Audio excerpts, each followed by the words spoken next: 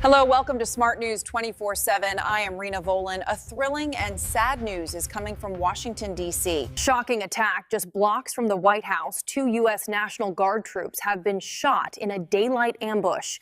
The suspect is in custody. The victims are in critical condition, and authorities are calling this a potential act of terror. With us to check out the full story.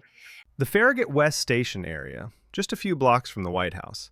That is where, on November 26, 2025, at about 2:15 p.m. local time, 2 members of the West Virginia National Guard were critically wounded in what police describe as a targeted ambush. The suspect, identified as Ramanullah Lakanwal, a 29-year-old Afghan national, was quickly subdued and taken into custody by other Guard members and law enforcement. He was also wounded and transported to hospital. Eyewitnesses described panic and chaos.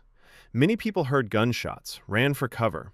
A massive response by police, Secret Service, and Guard troops flooded the area shortly after.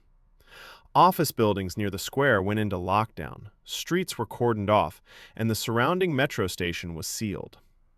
Local authorities, including Muriel Bowser, mayor of D.C., called the shooting a targeted attack. The 2 injured troops remain hospitalized in critical condition per official confirmation.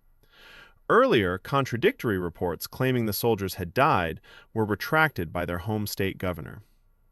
The suspect is in FBI and DHS custody as authorities treat this as a high-priority national security case. In response to the attack, the federal government has ordered 500 additional National Guard troops to be deployed to Washington, D.C., a significant reinforcement to the already active force of over 2,000 troops patrolling the Capitol since earlier this year. The shooting has reignited a heated political debate around immigration policy and vetting procedures. The suspect entered the U.S. under the 2021 Afghan resettlement program, sparking renewed scrutiny of refugee vetting protocols. Federal immigration authorities have reportedly suspended further processing of Afghan immigration requests pending review.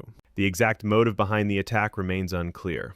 Authorities have not confirmed whether it was terrorism, a hate crime, or a lone gunman incident.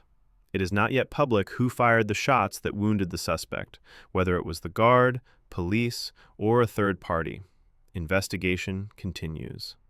Officials have stressed the shooting will be treated as assault on federal officers, and collaboration across local and federal agencies is ongoing. This attack, coming just before the Thanksgiving holiday and so close to the seat of American power, is likely to have far-reaching consequences. Increased military and law enforcement presence across Washington, D.C., possible tightening of immigration and asylum policies, especially given the suspect's background, a renewed national security debate over deployment of military troops on domestic soil, heightened alert across public transport hubs and tourist areas in the capital. Thank you.